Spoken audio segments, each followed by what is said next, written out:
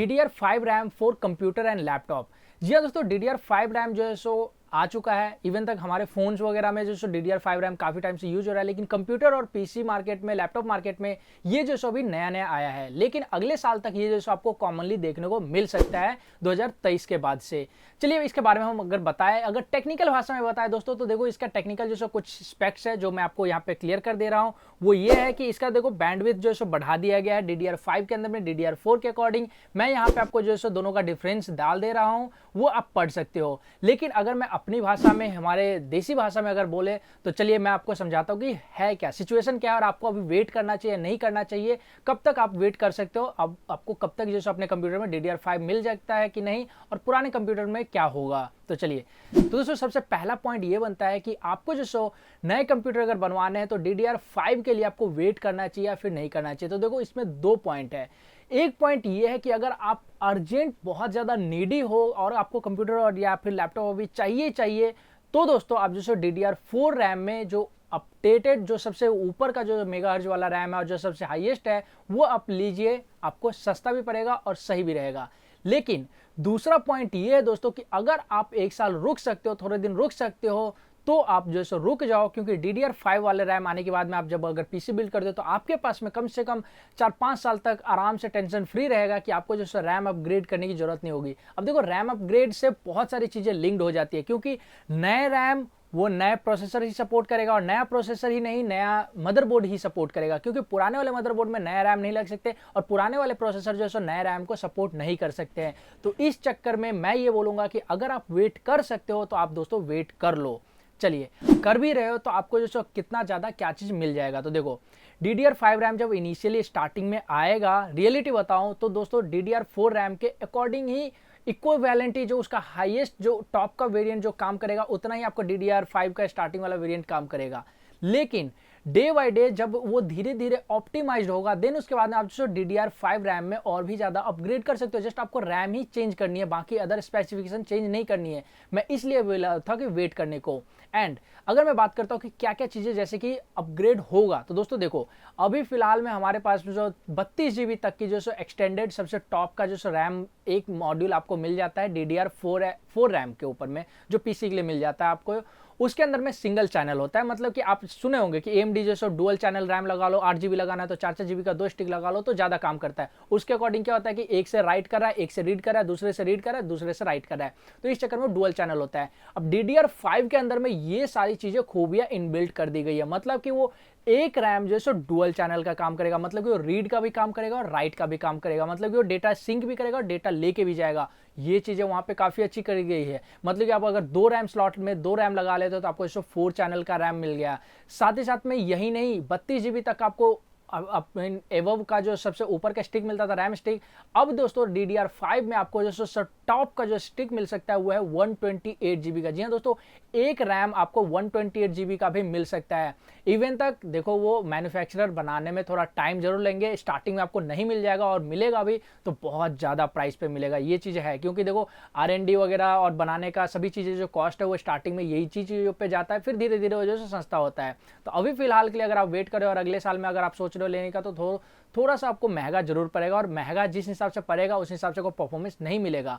चलिए अभी बताते हैं और इसके अंदर में क्या इजाफा हुआ है। तो वो दोस्तों यहाँ पे आपको सो DDR4 रैम जो है सो आपको सबसे टॉप 32 मेगाहर्ट्ज तक मिलता है। देखो रियलिटी बताता हूँ, 32 मेगाहर्ट्ज ही उसका जो टॉप मोस्ट का है, लेकिन उससे ऊपर का जो आपको 48 मेगाहर्ट्ज या फिर उससे भी ज़्यादा मिलता है, मतलब कि 6400 मेगाहर्ट्ज भी एक रैम मैंने देखा था, एक ही रैम देखा है। लेकिन उन चीज़ों में होता क्या है कि वो जैसे ओवर क्लॉक करते हैं, ओवर क्लॉक कर देते हैं, देन उसके बाद में आपको उतना ज़्यादा मेगाहर्ट्ज आता है। लेकिन DDR5 रैम में ये फ़ायदे हैं, वहाँ पे आपको 64 मेगाहर्ट्ज से लेकर के 8400 मेगाहर्ट्ज तक का डायरेक्टली सपोर्ट मिल रहा है। मतलब कि वो जैसे जहाँ से DDR4 खत्म हो रहा है वहीं से वो शुरू हो रहा है और उसके ऊपर वो लेके जा रहा है। मतलब अब जो मेगाहर्ट्ज में जो स्पीड है, क्लॉक स्पीड है, वो काफ़ी ज़्यादा तगड़ा मिलने वाला है।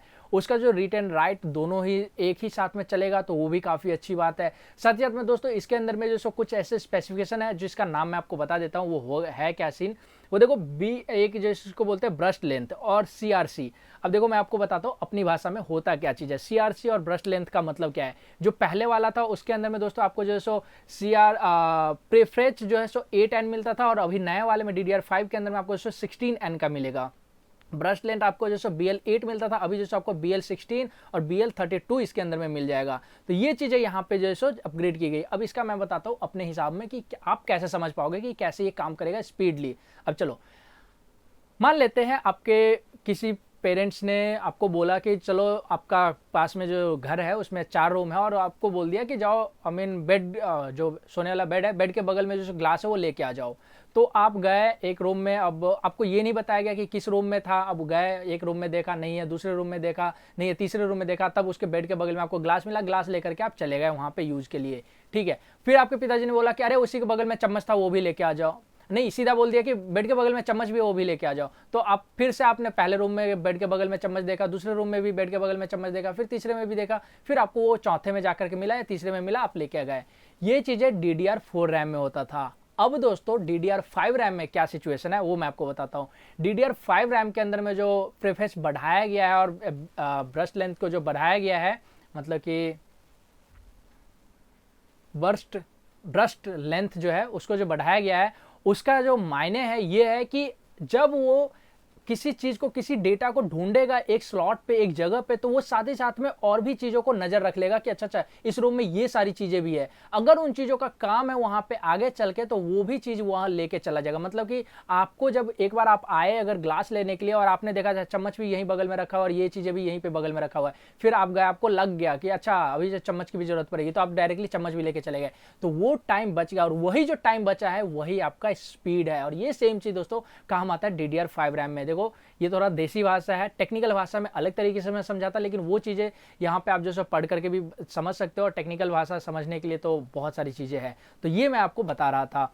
अभी बात आ जाती है मेन कन्फ्यूजन के ऊपर में कि भैया कब तक ये हमारे पास में आएगा और पुराने वाले पीसीज वगैरह का क्या होगा। तो देखो सीधी बात, पुराने वाले कंप्यूटर्स DDR5 रैम को सपोर्ट नहीं कर पाएंगे, पुराने वाले मदरबोर्ड में DDR5 रैम नहीं लगेगा, और आपको इसके लिए अपग्रेड करना ही पड़ेगा। अब DDR4 एक ऐसा लेवल पे आ गया है कि उसके ऊपर वो एवब नहीं बढ़ सकता है, उसके ऊपर आपको इस अपडेट नहीं मिल सकता है। जिस तरीके से अगर आप विंडोज 10 एक तरीके से जो पुराने कंप्यूटर में रह गया, अटक गया, उसके बाद में 11 के लिए नया चाहिए, तो वही सेम चीज़ है यहाँ पे भी। अब आपको जो सो नए सिरे से नया बिल्ड बनवाना होगा, देन उसके बाद में आप जो सो DDR5 के ऊपर एवब उसमें अपग्रेड कर सकते हो। जैसे उसमें 32 मेगाहर्ट्ज़ से ऊपर 6400 मेगाहर्ट्ज़ या फिर उससे 8400 मेगाहर्ट्ज़, उससे ज़्यादा से मेगाहर्ट्ज़ में आता रहेगा। और फिर उसके बाद में आपको 32 GB का, 64 GB का, 128 GB का, इस तरीके से आपको रैम स्टिक्स, रैम मॉड्यूल्स मिलते रहेंगे।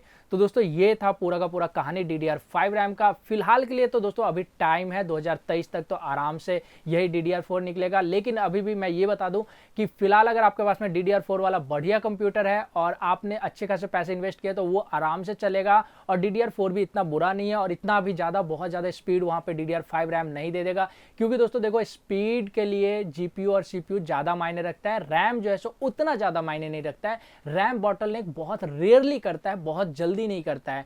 तो रैम अपग्रेडेशन के चक्कर में आपने पूरे पीसी को अपग्रेड करने की जरूरत नहीं है। अगर आपका पीसी अच्छा खासा बिल्ड है तो आप उसको यूज करो, बहुत बेहतर रहेगा। और हाँ, अगर जिन किसी को अर्जेंट नीड है और बिल्ड बनवानी ही है तो आप बनवा सकते हो, क्योंकि DDR4 का अभी जो है सो टॉप लेवल का चल रहा है, पूरा का पूरा ऑप्टिमाइज्ड हो रखा है, पूरा का पूरा उसका जो सबसे मेन जो चीज़ होता है वो सारा का सारा चीज़ निकल चुका है। तो आप जो है उसको ले सकते हो। और हाँ, DDR5 आने के बाद में DDR4 हो सकता है और सस्ता हो, तो अगर आप वहाँ पे पैसे बचाना चाहते हो तो वो चीज़ें भी वहाँ भी अप्लाई कर सकते हो। ओके, तो दोस्तों ये चीज़ें थी इस वीडियो के अंदर। मैं तो आशा करता हूँ वीडियो को पसंद आएगा। वीडियो करिए लाइक, शेयर, कमेंट। जी हाँ, और अगर आपने मेरे चैनल को नहीं किया सब्सक्राइब, तो दोस्तों मेरे चैनल को लिए सब्सक्राइब। मैं रोजाना आपके साथ नए नए वीडियो लेकर आता रहता हूँ। तो दोस्तों मेरे साथ मैंने आपका बहुत बहुत धन्यवाद एंड वंदे मातरम।